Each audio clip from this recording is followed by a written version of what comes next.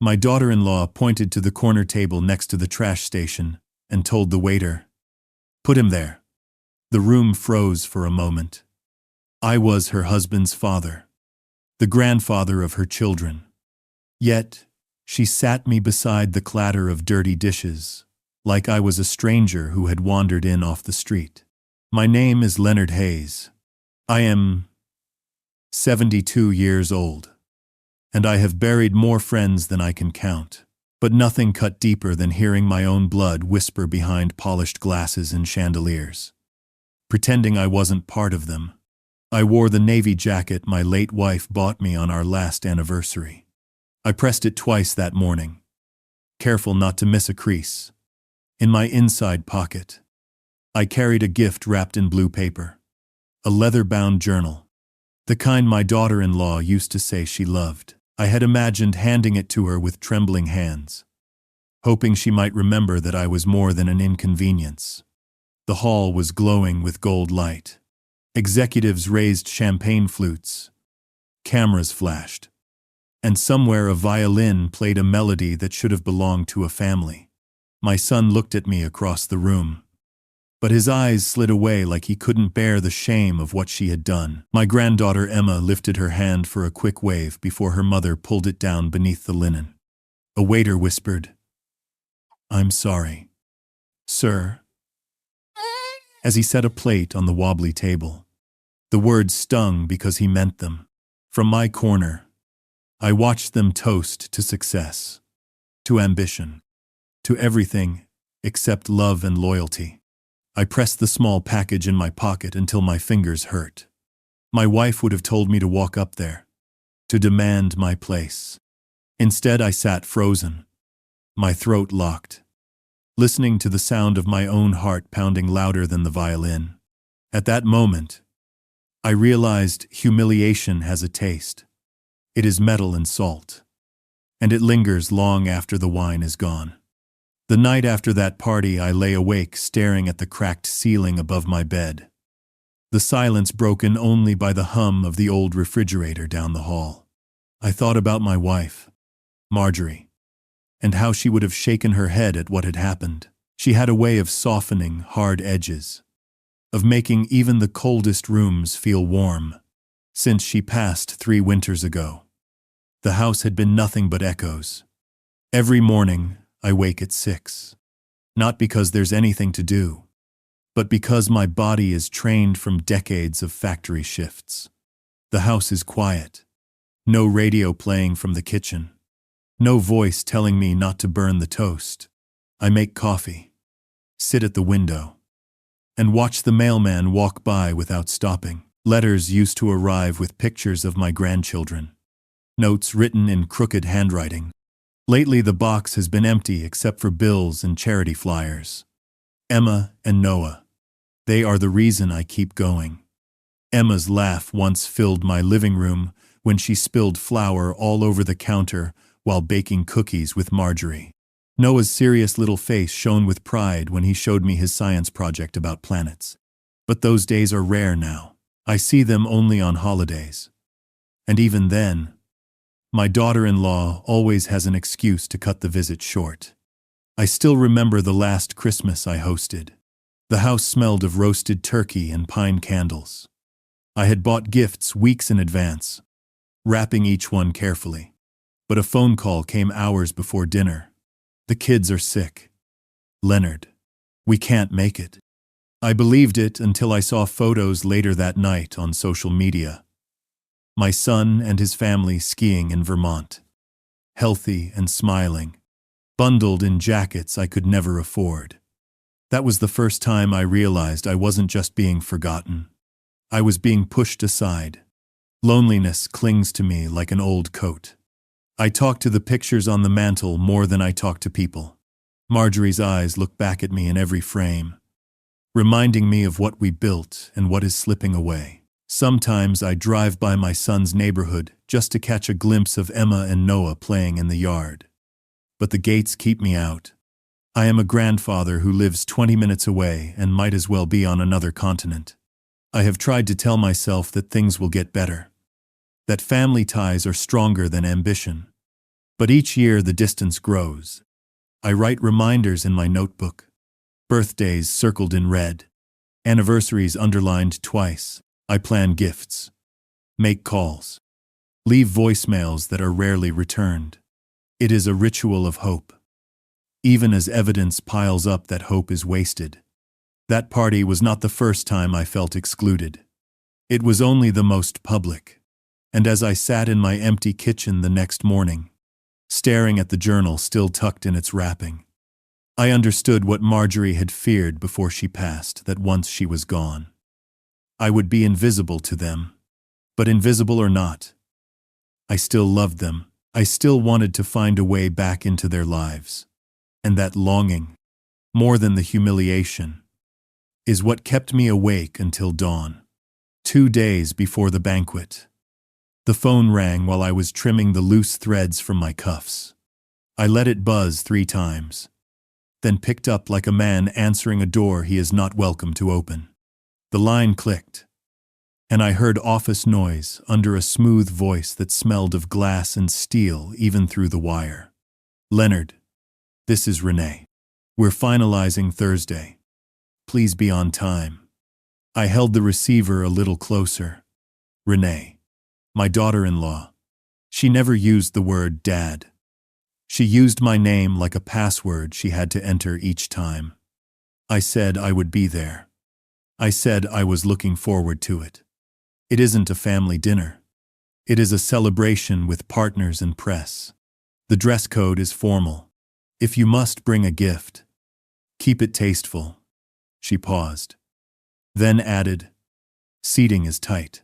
I looked at the calendar stuck to the fridge with a magnet from a roadside diner. I had circled the date in red a week earlier. My pen was already in my hand. I wrote Lakecrest Hotel. Ballroom B at 7. I swallowed and asked if Emma and Noah would be there. "Of course," she said. "They will be at the head table." Before I could ask anything more, the line softened and died. I stood alone in the kitchen, the receiver warm against my palm. The house smelled faintly of lemon oil. I set the phone down carefully, as if someone might be sleeping in the next room. I opened the drawer where I keep my notebook. It is black and worn at the edges. I write birthdays there, and the model numbers of furnace filters, and the measurements for a birdhouse I never built. I turned to a fresh page and copied the date again. Slower this time. Under it I wrote, "Be early. Tie straight. Shoes polished." I wrote, "Bring the journal.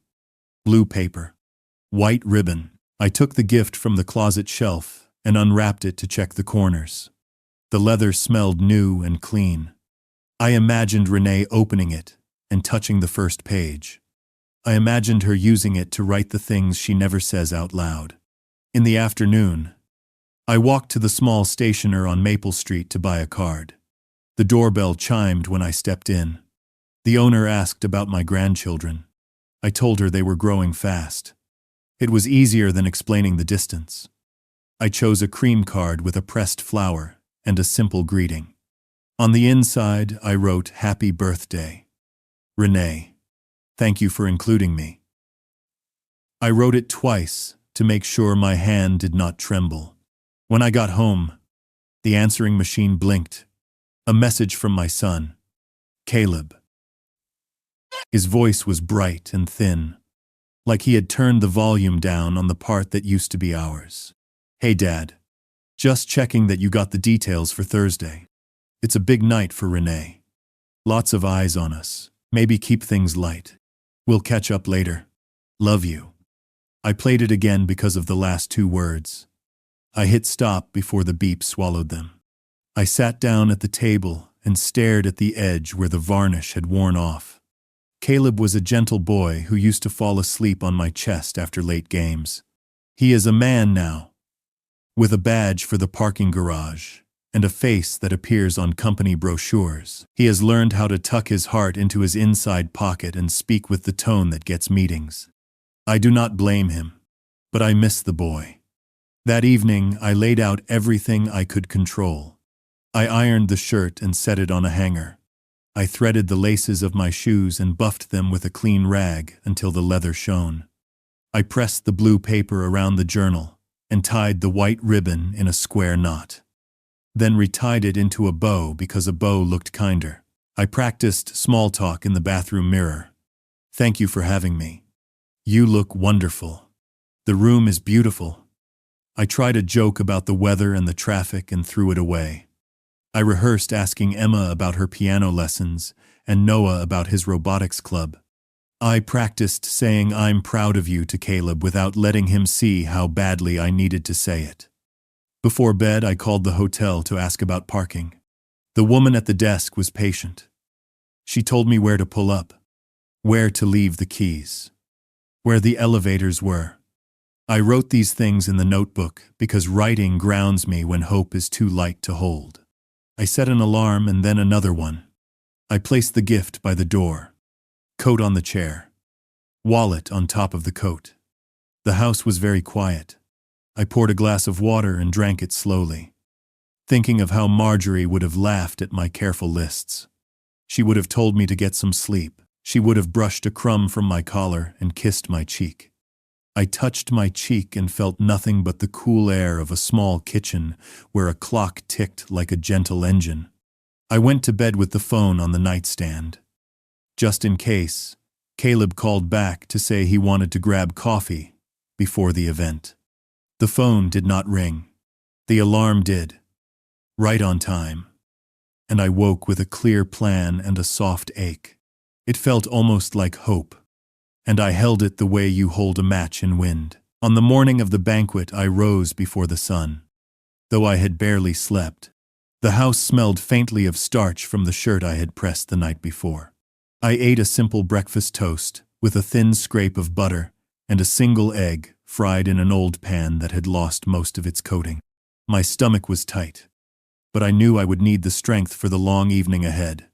I set the table as if Marjorie were still with me. Folding a napkin and placing my cup on a coaster, I poured coffee into her favorite mug, though she wasn't there to drink it. I sipped slowly, looking at her picture on the mantel. She was younger there, standing in the garden she loved, holding a bouquet of lilacs. Wish me luck. Love, I whispered, feeling foolish but also steadier. By mid-morning I was polishing my shoes again. They were black leather, the same pair I had worn at Caleb's wedding, the same pair I had worn at Marjorie's funeral. I rubbed until the creases softened, until I could see my face in them. The reflection was older than I expected. Lines cutting deep across the forehead, cheeks sagging where once they were firm. But my tie was ready, my jacket brushed clean, and I told myself that dignity could make up for years of wear. The gift sat on the table, wrapped in blue paper. I picked it up again, weighing it in my hands. I had chosen it carefully. A journal of fine leather with pages thick enough to last. I wanted Renee to know that even if she didn't see me as family, I still wanted to honor her. I wanted her to have something lasting, something she could fill with her ambitions and triumphs. I imagined her opening it at the banquet, showing it to Caleb with a soft smile, saying, "Your father thought of me." That image carried me through the day.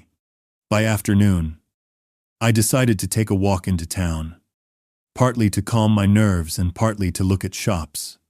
I passed the florist's window and paused. There were roses arranged in tall glass vases, lilies wrapped in silver paper, orchids in delicate pots. I thought about buying a bouquet, but the prices made me stop short. I had already stretched my pension for the journal. I stood there longer than I should have, staring at the roses, remembering how Marjorie always loved fresh flowers on the table. Finally, I walked away, telling myself the journal was enough. The walk took me past a clothing store. In the window, mannequins wore sharp suits, ties perfectly knotted, jackets cut to flatter young shoulders. I stared at them, comparing the sleek lines to my own jacket hanging back home. For a moment, shame pressed against my chest. But then I thought of something Marjorie once said. It's how you carry yourself. I whispered her words aloud like a prayer. Back at home, I laid everything out in order. Shirt on the chair, tie draped across the back, cufflinks polished, shoes aligned by the door. I rehearsed each step. Shave, shower, dress, check the time, pick up the gift. Nothing could be forgotten. Nothing could be left to chance. As evening approached, I thought about the other times I had been excluded. Emma's school play, where Renee told me there were no extra seats, though I later saw photos of rows filled with grandparents. Noah's baseball game, when she claimed the weather was too rough, though the skies were clear on the day. Each memory felt like a bruise pressed too hard. But tonight was different. Tonight she had called me herself. Tonight she had said there would be space at the table. I wanted to believe her. I needed to. When the clock struck 5, I began dressing carefully, sliding each arm into the jacket, tightening the knot of my tie until it sat firm against my collar. I checked the mirror. The man looking back was old, but not defeated. I straightened my shoulders. I carried the wrapped journal to the door and rested it gently on the seat of the car, as if it were something fragile. The sun was sinking low as I locked the house behind me. The windows glowed orange in the light, and for a moment I thought I saw Marjorie's shadow in the curtains, watching me leave.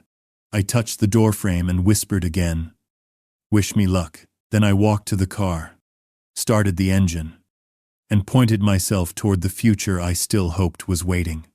I left early to fight the traffic. The gift seat-belted beside me like a small passenger.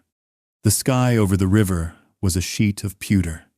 I kept my hands tight on the wheel and repeated the route the concierge had given me. Ramp onto the expressway. Follow the lake.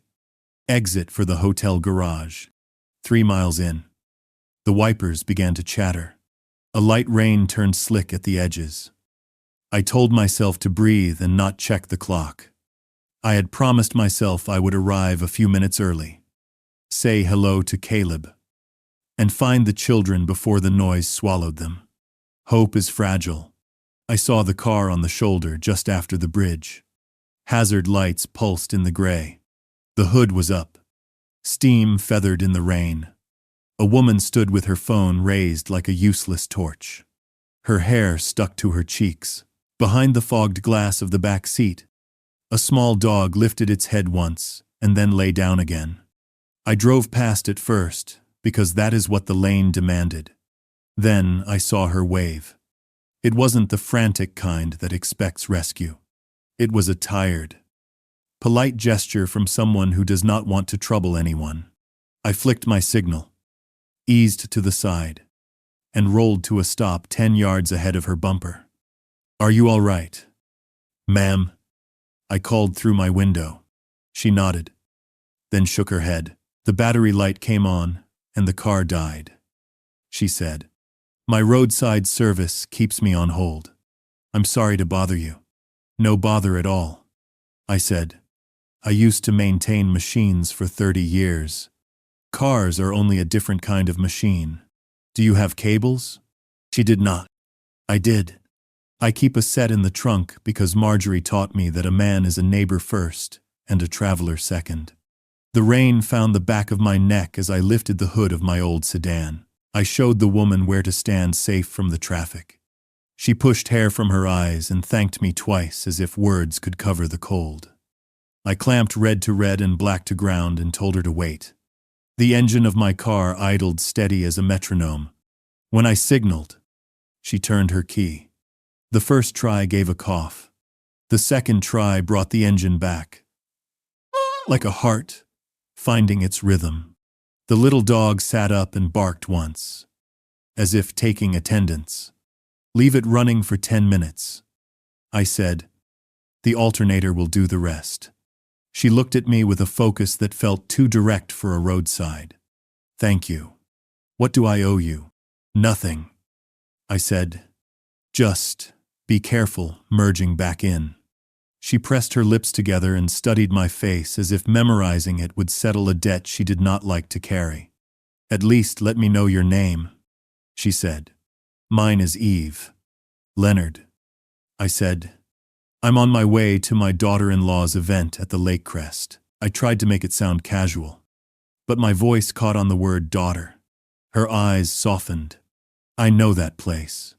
Keep your tie straight and walk like you belong more than anyone else." She smiled. Not a social smile, but a human one. Then she reached into her glove box and handed me a handkerchief still in its paper. "For the rain," she said. I laughed and told her I had lived long enough to keep one in my pocket. She laughed too. And the sound warmed the space like a heater on low. The rain slowed to a mist. Cars hissed past in the outer lanes. I checked the time and felt the first small pinch of worry. I was losing my cushion. "Promise me you'll get the battery checked," I said. She promised. She asked again if I would take anything for my trouble. I told her kindness is a round trip. It finds a way back even when we stop looking. She looked at me another second and seemed about to say more. Then a truck roared by and splashed a curtain over our shoes. We both stepped back and laughed again. "Take care, Leonard," she said. "If we cross paths again, I hope it is somewhere warm." I watched her merge into the slow stream and then pulled out behind her. The road opened after the next bend. The hotel sign appeared on a high mast, lit against the dim sky. I checked the gift on the seat and pressed the ribbon. The blue paper was still dry. My heart felt larger than my chest, the way it does when you have done something small and right, and the world has not scolded you for it. At the garage entrance, the attendant waved me forward. I handed him the keys and smoothed my collar before the elevator doors closed. Only then did I notice the smudge of grease on my cuff. I rubbed at it with the handkerchief and left a pale crescent. It would have to do. I told myself that if anyone asked, I would tell the truth. I was late because I stopped. Some things are more important than programs and schedules. Some things measure a man. I stepped into the lobby with my shoulders back and the gift in my hand. The floor shone. People in dark suits moved toward Ballroom B. I joined them and felt the last drops of rain evaporate from my skin. I did not know yet that the night would split open. I only knew I had kept a small promise to the man my wife believed I was. A pianist in the lounge was testing a scale, soft notes rising like a staircase. I breathed once, twice, and stepped into the current. The ballroom doors were already open when I arrived. Light spilled into the lobby like gold poured from a ladle. The crowd pressed forward. Men in black suits. Women in gowns that glittered when they caught the chandelier's shine. I clutched the gift to my chest and walked with them, hoping my jacket looked more formal under the glow than it had in my bathroom mirror. Inside, the air smelled of roses and expensive wine. A quartet played near the stage, their bows moving in delicate precision. Round tables covered in white linen stretched across the floor, each one adorned with tall crystal vases. I searched for Caleb and Renee, for Emma and Noah. My eyes darted, my throat tight. I spotted them at the head table. My son sat stiff in a tailored suit, his hair cut sharper than I remembered. Renee was radiant, speaking to two men in sleek tuxedos, as though she were the center of the city itself. Emma sat beside her mother, her hands folded on her lap, her eyes wandering toward the chandeliers. Noah adjusted his tie, a small frown on his face, the way children look when they're asked to behave for too long. I took one step toward them, but a hostess in black intercepted me. Her smile was polite but thin. "Mr. Hayes, your seat is this way." She gestured to the far corner, past the rows of crowded tables, past the guests already laughing over glasses of champagne. I followed, my shoes clicking softly on the polished floor. She stopped at a small table, pressed against the wall near the service entrance. A draft of cool air slipped through each time a waiter pushed the door open. The table held no flowers, no polished cutlery, just plain plates, a water jug, and mismatched chairs. A busboy sat there, hunched over his meal. He looked up at me, surprised, then quickly stood to offer me his chair. "This is your place," the hostess said, and before I could answer, she was gone. I sat down, resting the gift on the table. The busboy slid another chair over for himself, shaking his head slightly. "I've never seen family seated back here," he muttered. I gave him a faint smile but said nothing. From my corner I could see the entire room. The head table was bright with silverware, wine glasses, sparkling like stars. Caleb glanced toward me once. Our eyes met, and I raised my hand in a small wave. He shifted uncomfortably, then turned back to Renee. She was laughing loudly, tilting her head toward her companions. Emma noticed me next. She lifted her fingers just an inch from her lap, a shy wave, before Renee's hand pressed down on hers. Noah followed her gaze, frowning again, confusion on his young face. I swallowed hard and looked away, ashamed of letting them see me like this. A waiter passed by and refilled my water without a word. He placed a bread basket in front of me, the same basket he carried to every other table. For the first time that night, I felt the sting of tears. I blinked them away quickly. Men my age are not supposed to cry in public. The program began with a speech. Renee stood, raising her glass. The room hushed, all eyes fixed on her. She spoke about growth, about vision, about the bright future of her firm. People applauded after every line, as though rehearsed. When she finished, the quartet played again, and guests began to eat. I broke a piece of bread and chewed slowly, forcing myself to swallow. The busboy beside me glanced over. "Rough spot," he whispered. "Don't take it personal. Some folks forget where they come from." I nodded, unable to answer. The gift on the table seemed smaller now, the blue paper dulled by shadows. I reached out and traced the ribbon with one finger. This was not how I pictured the night. I had imagined handing it to Renee in front of the children, imagined her smile softening for once. Instead, it sat unopened by my plate. As out of place as I was, the laughter from the main tables rolled across the room. A wave I could not touch. I sat in silence, trying to hold on to dignity, even as the sound of clattering dishes behind the service door reminded me exactly where I belonged in their world. Waited until the first round of applause faded, then stood. The chair legs scraped the floor and a few heads turned before losing interest. I picked up the gift and carried it along the wall, keeping out of the waiter's way.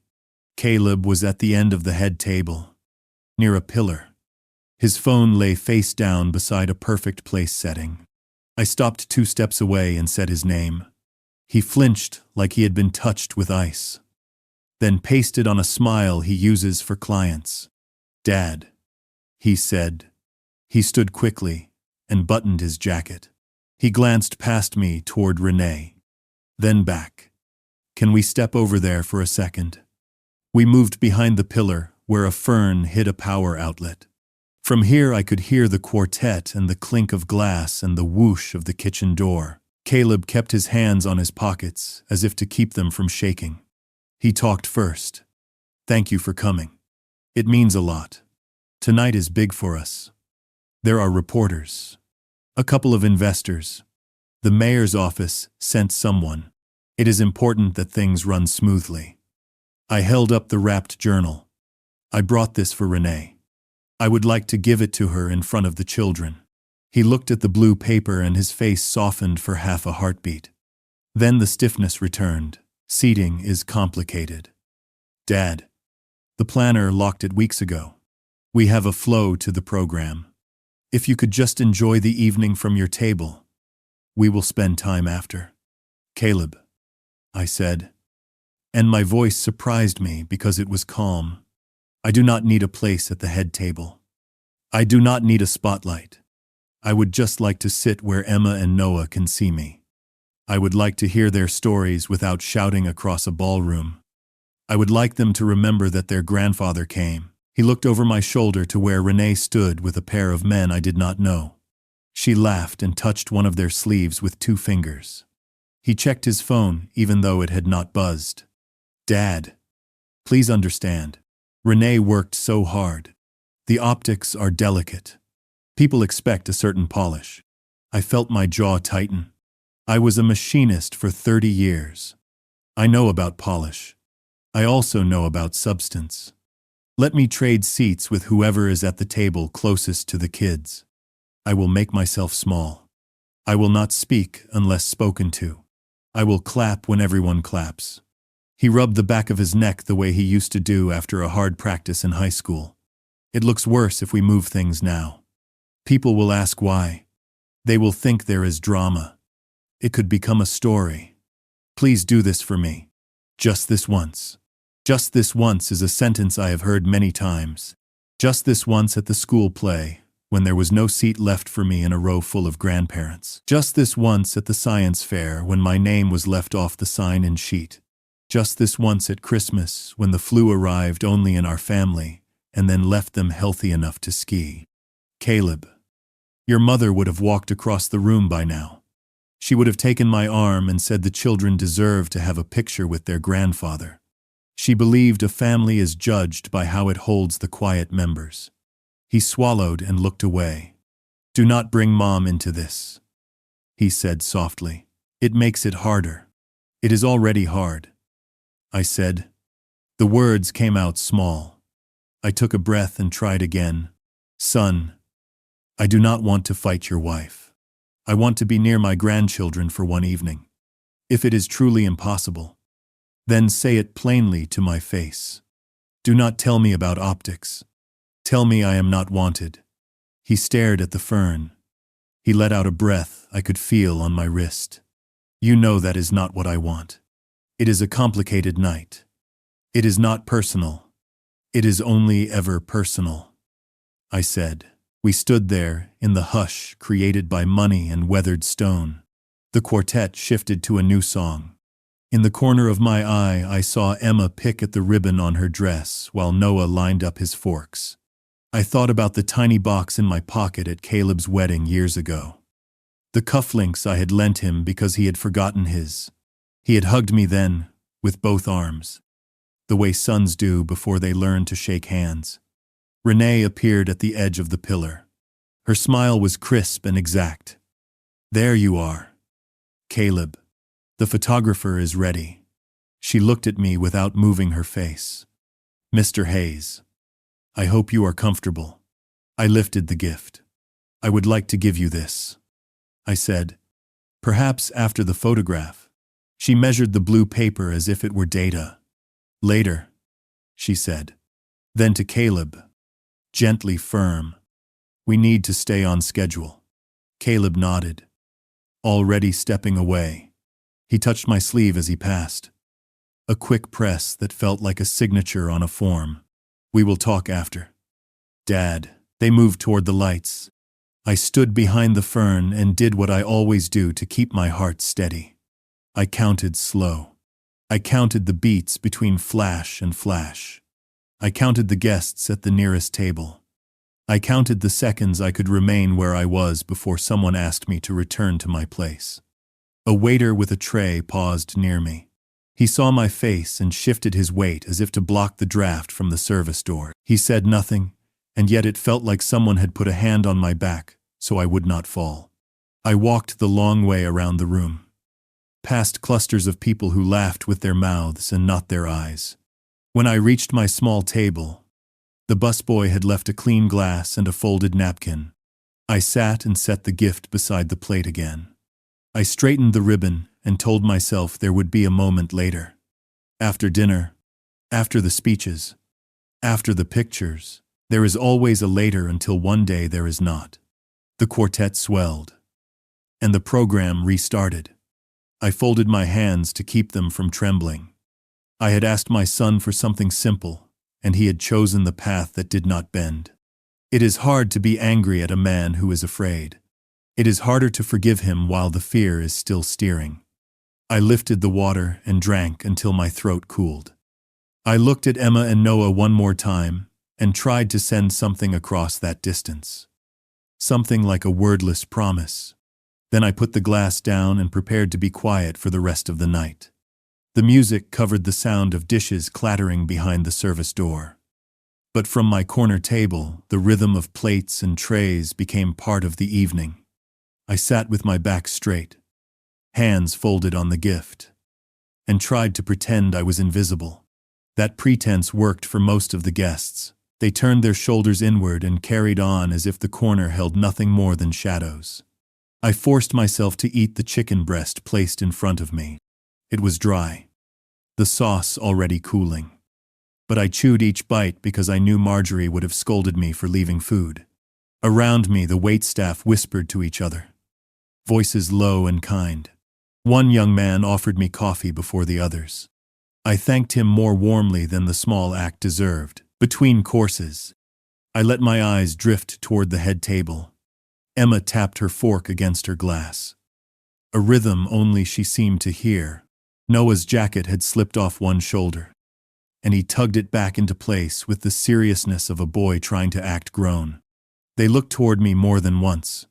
Each time, Renee leaned close to them, speaking softly, redirecting their attention to the people beside her. I remembered afternoons when Emma had sat at my kitchen table coloring with broken crayons, asking me to tell stories about her father's childhood. I remembered Noah holding my hand at the park, his grip small but steady, asking if I could push him higher on the swing. Those memories were fresh and heavy, pressing down until I had to look away. The loneliness grew louder in the space between the music. I thought of Christmas mornings when presents had sat untouched in my closet because of sudden illness that never matched the photos posted later online.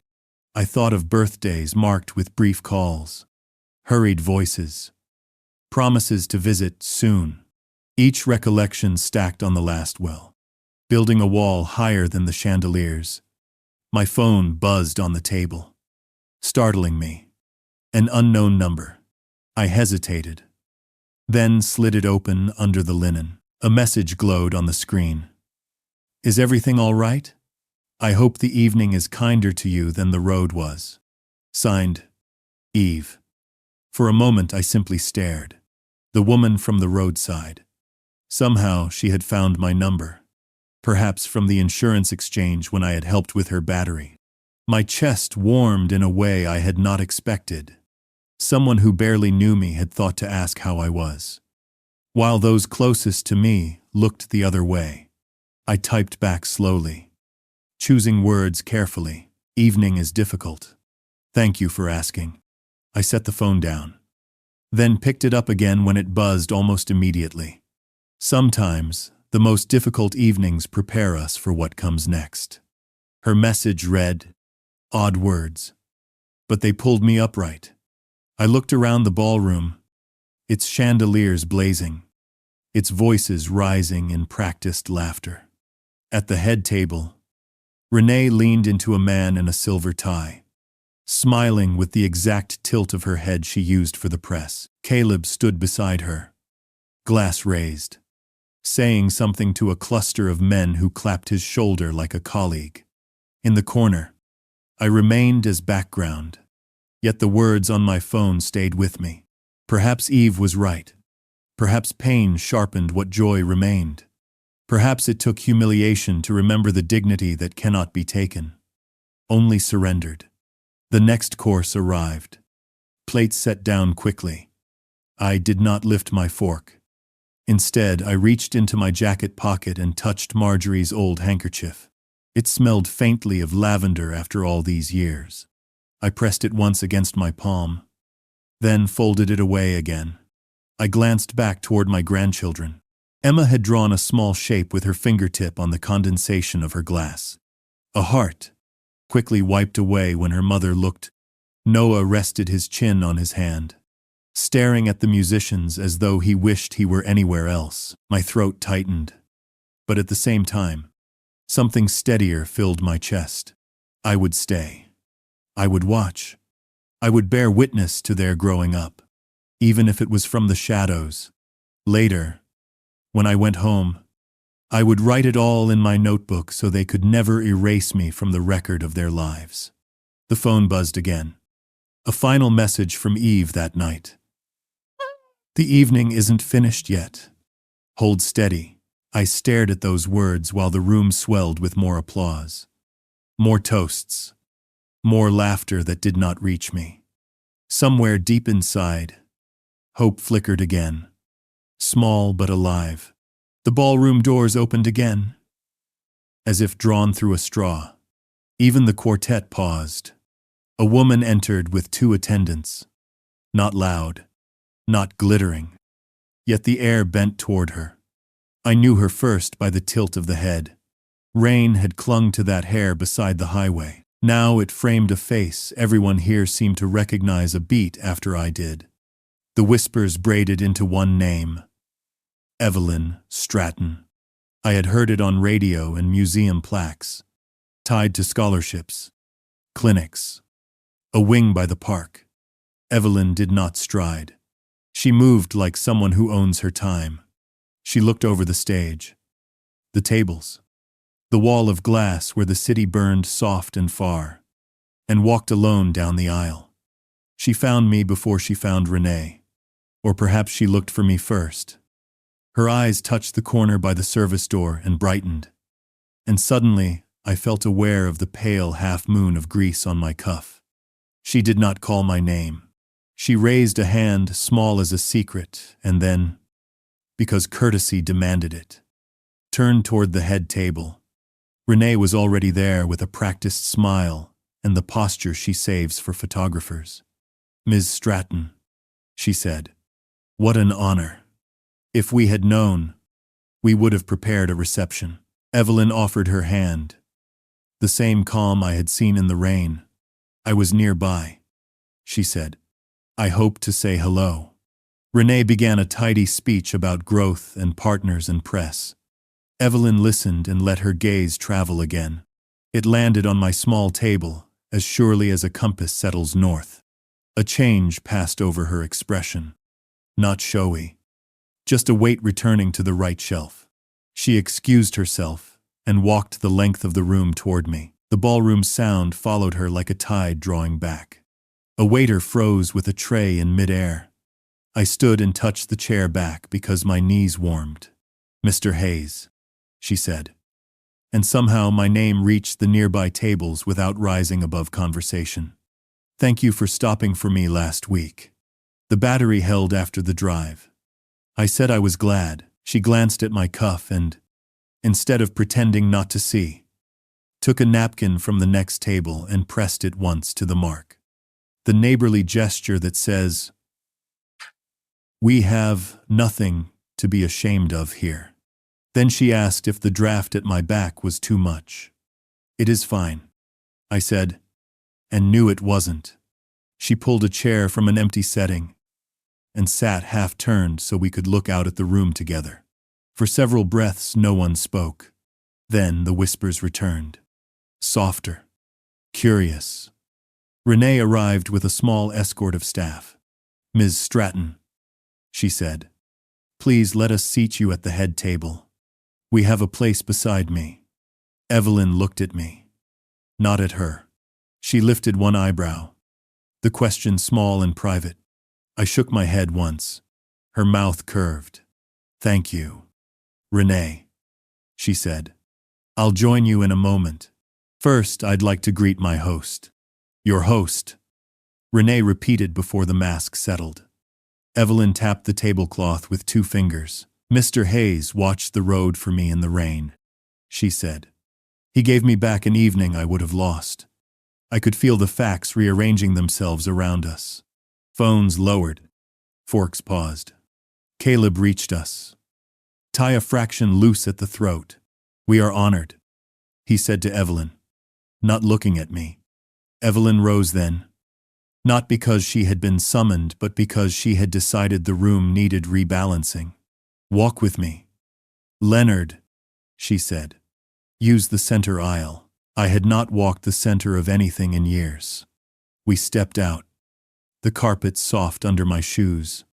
The gift steady in my hand. The quartet let their phrase die and rested their bows. "Forgive me," Evelyn said to the room without a microphone, and still everyone heard. I arrived unannounced. "I only want to say something simple. Last week a stranger gave me what money could have bought and refused money. He said kindness is a round trip. Tonight I find him seated in a draft by a door that does not lead to family." She did not look at Renee more than courtesy required. "I have learned," she said, "to read rooms the way engineers read blueprints. Who stands at the edges tells you as much as who stands at the center." Then she changed the current with a sentence. "Mr. Hayes, will you sit with me this evening?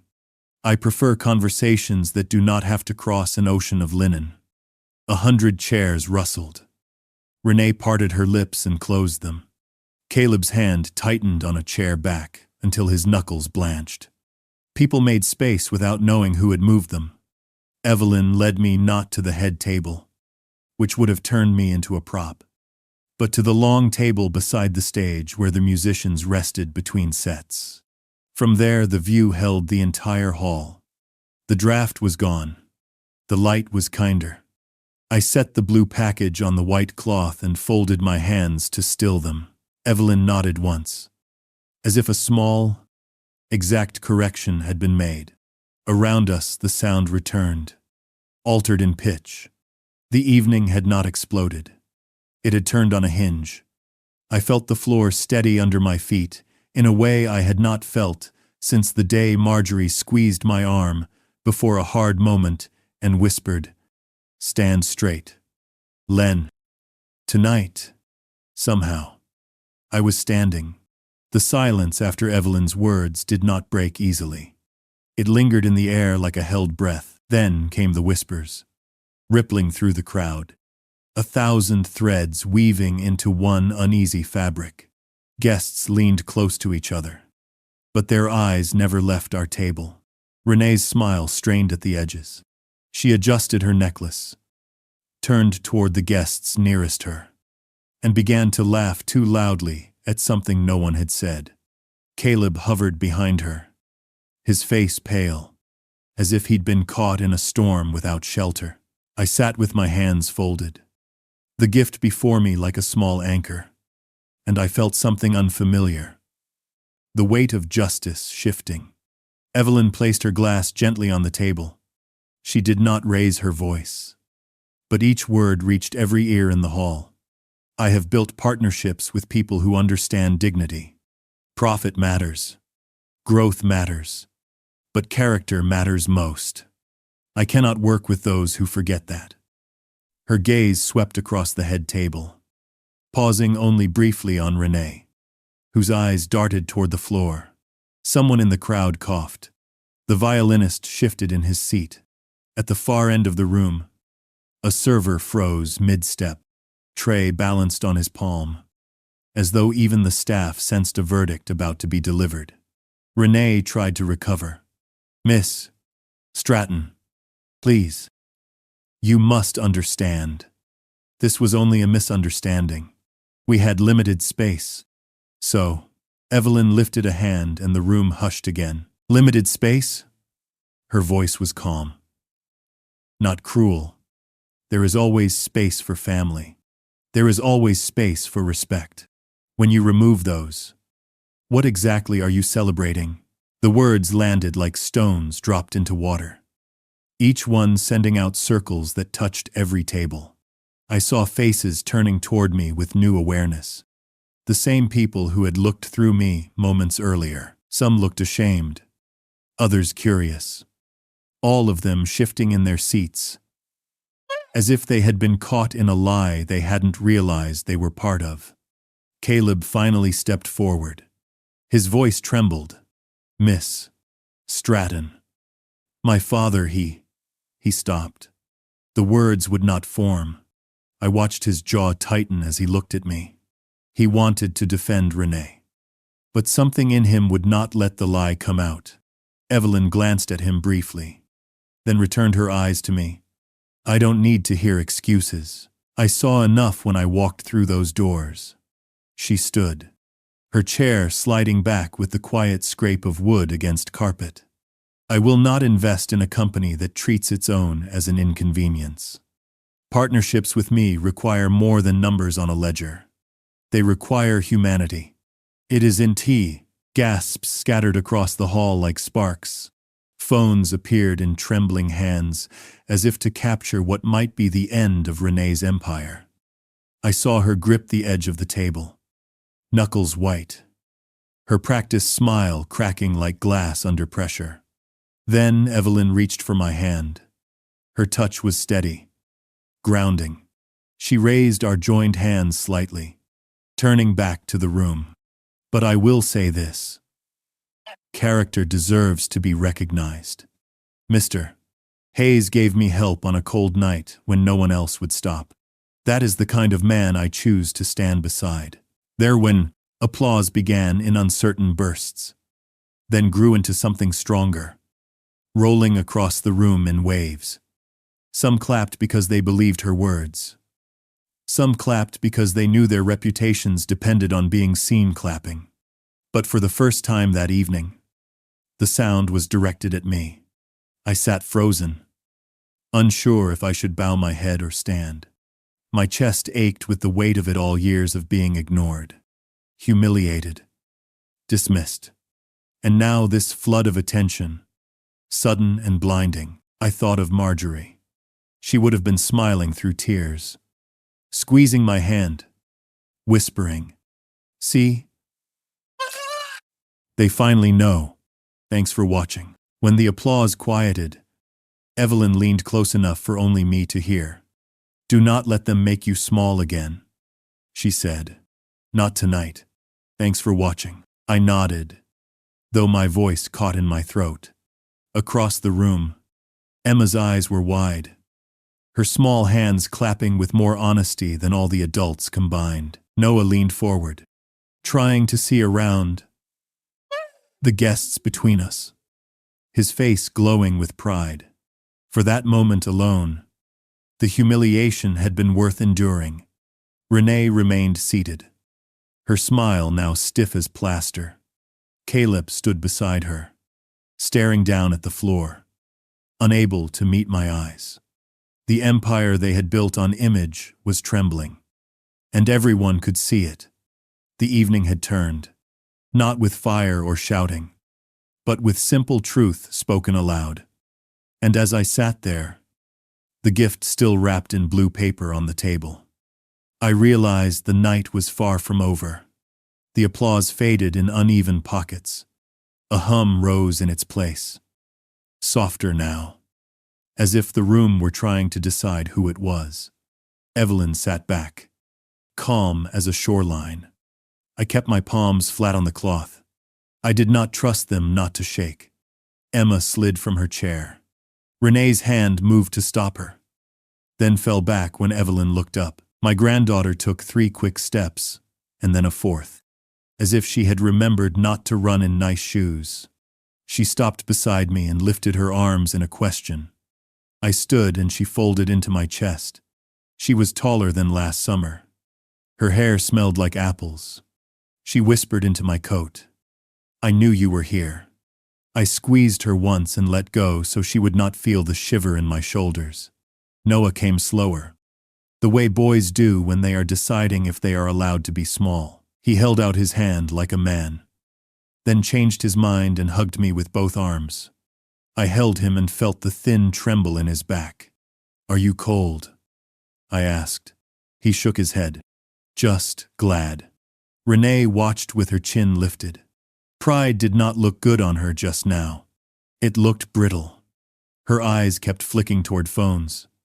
She was counting angles. Caleb stood behind her, not moving. When the children went back to their seats, he came to me. "Dad," he said. The word landed like bread in a starving place. He swallowed. For a second I saw the boy who used to leave his cleats by the door and line his plastic soldiers on the steps. Then the man was back. The practiced face. But something in it had cracked. I am sorry. He did not rush the apology. He did not soften it with reasons. He looked me in the eyes, the way you look at a mirror you have been avoiding. I failed you. I let her make decisions because it was easier than standing up and asking why. I kept telling myself it was just for now. I kept telling myself there would be time later.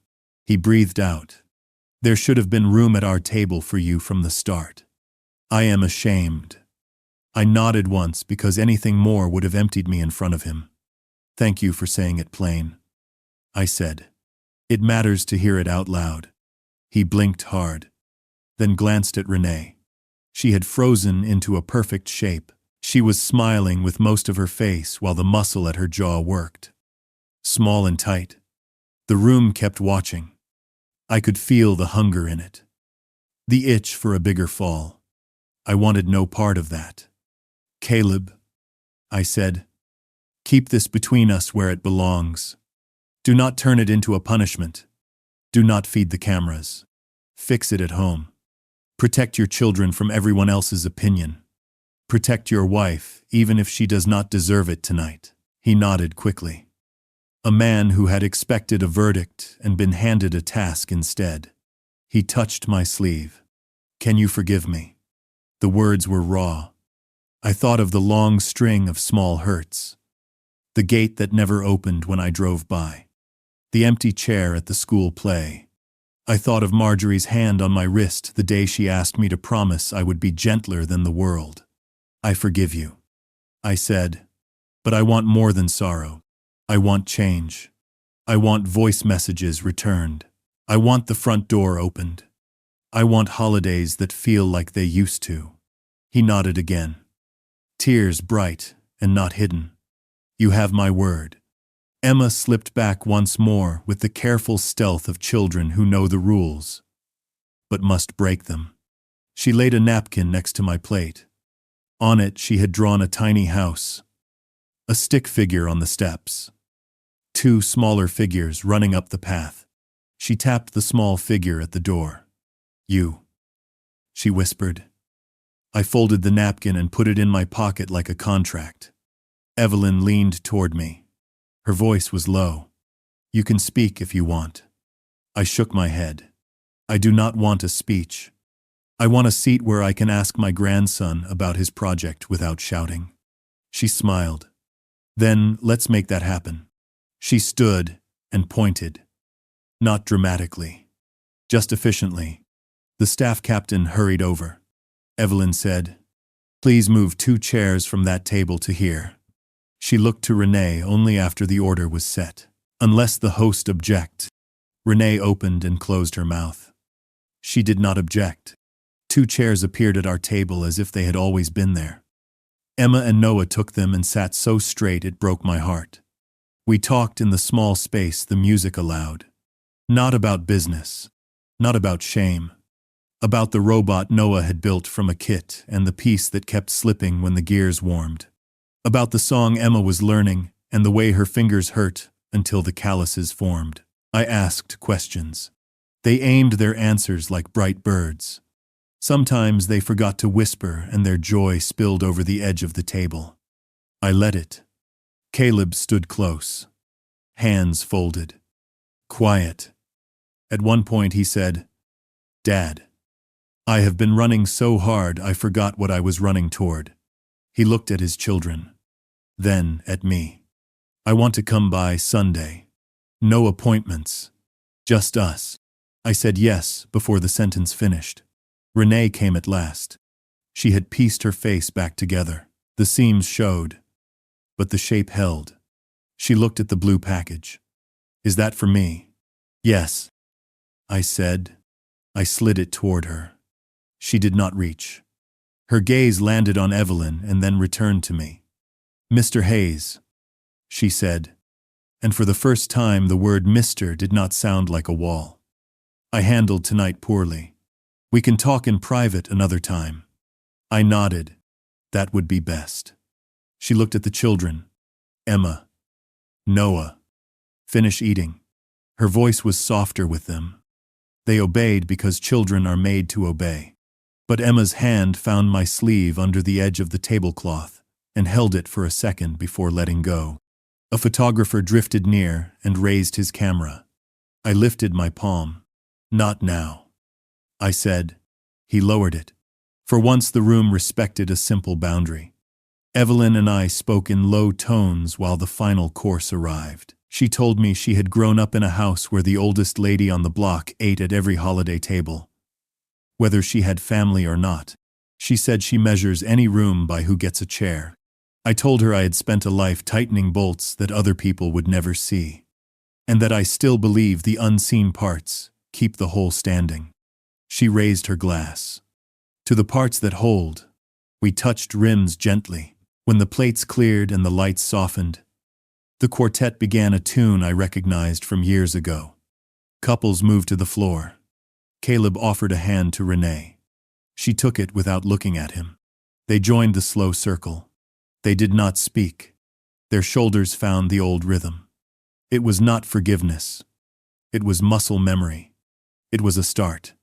I watched my son keep his promise with his feet before he could speak it with his mouth. I sat beside my grandchildren and told them how their father used to fall asleep in the truck after late shifts.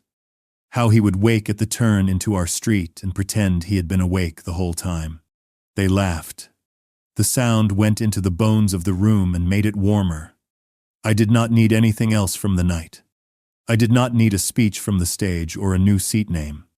I needed only what I had, which was the small circle of faces I loved, close enough to touch.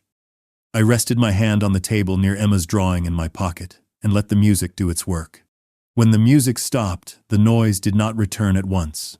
It hovered above the tables like fog waiting for wind. Evelyn rose first. She thanked the musicians and came back to us as if this had been the plan. She looked at the new chairs that now held my grandchildren and smiled. I thought about leaving while the circle felt warm. Emma tugged my sleeve and asked me to stay. Noah folded a napkin into a boat and set it along the rim of his plate. Renee stood a few steps away, watching. Pride had drained from her face. She came close, with her hands clasped. She looked at Evelyn, then at me. Her voice was quiet. Mr. Hayes, I was wrong. I believed presentation could replace decency. I forgot that nights live longer than photographs. I am sorry. There was nothing left for her to gain. The apology was for us alone. Thank you, I said. Take care of the children. Take care of my son. She nodded as if I had given her a job. Evelyn sat across from me. I have an ask, she said. It is not about vengeance. I shook my head. I have no appetite for revenge. Good, she said. Then hear me. My foundation runs community workshops. We teach young people to fix the things their lives depend on. We call it the Benchlight program, because benches are where people learn, and light is what they carry away. We need someone who understands patient work and ordinary grace. Would you serve as an advisor? My world had been a narrow hallway for a long time. Suddenly, a door stood open at the end. You want an old machinist to sit with you, I said. She shook her head. I want a grandfather who stopped in the rain. The machinist will be a gift we did not expect. She added one more thing. Names matter. Would you allow us to name the new workshop after your wife? The room did not hear it, but my chest did. The Marjorie Hayes Workshop. I said it once and felt a season return. Caleb heard enough to understand. He slipped his hand over mine. His eyes were wet. Mom would love that, he said. He looked at Renee. She met his eyes, then turned to me. Would you allow us to host the opening? She asked. Not for cameras. For family. It was the first time she had used the word in a way that included me. I told her I would like that very much. A server brought coffee. She set down 4 cups. Emma blew across hers and wrinkled her nose. Noah watched the ripples. Caleb pulled his chair close. "We will come on Sunday," he said. "No appointments. We will help you clear the leaves that pile against your fence." He said it like a promise he was eager to keep. We talked in easy tones while the room softened. Emma told me the new piece on the piano makes her fingers ache and that she keeps going anyway.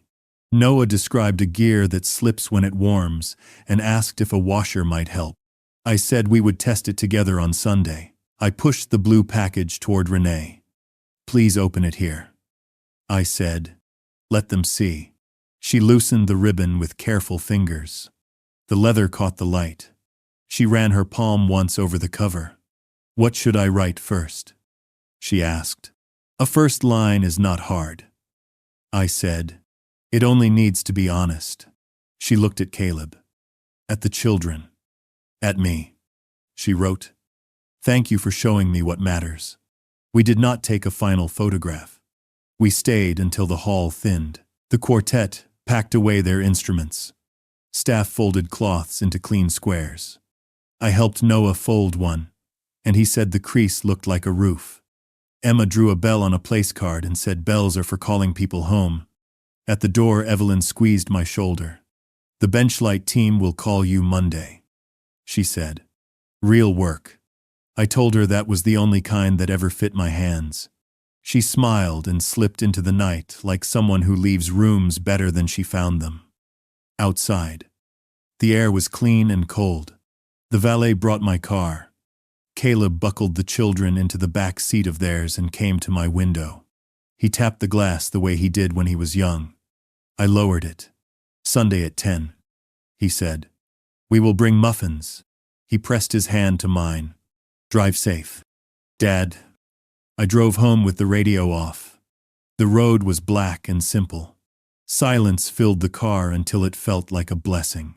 At the last light, I saw my reflection in the side window. I looked like a man who had been given back his name. The porch light bloomed when I pulled in. I carried the place card inside and set it on the mantel between the pictures. I sat in the kitchen and opened my notebook. I wrote what had happened while the room held its breath. I wrote that Emma and Noah sat beside me and that their hands were warm.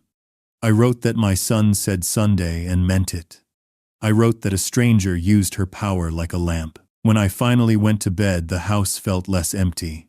Not because the rooms had changed, but because the future had walked in and set down its bag.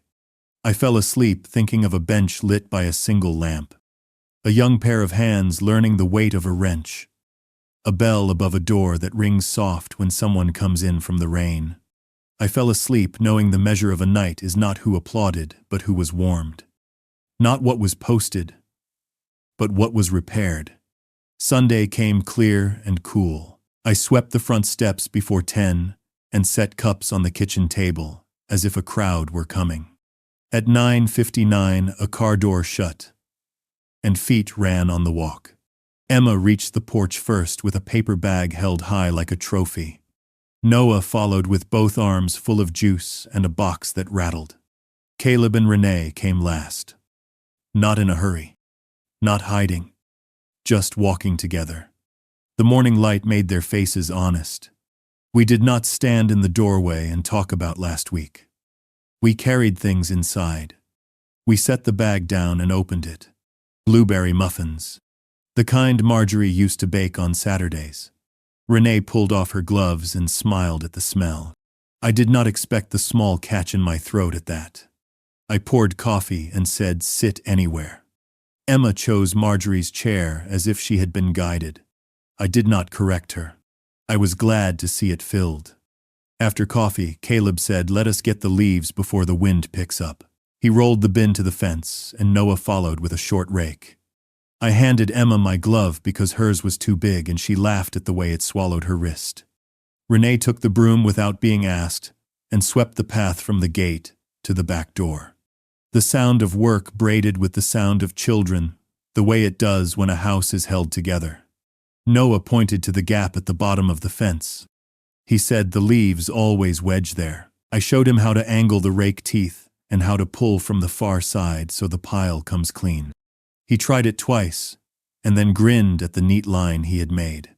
Emma found a tiny feather caught in the dead ivy and tucked it in her pocket like treasure. When the yard was finished, we went inside to fix the robot. Noah opened the box and set the kit on the table with the care of a surgeon. The small gear had been slipping on its shaft. I fetched my old tin of hardware and poured a few washers into my palm. We tried one. Then a thinner one.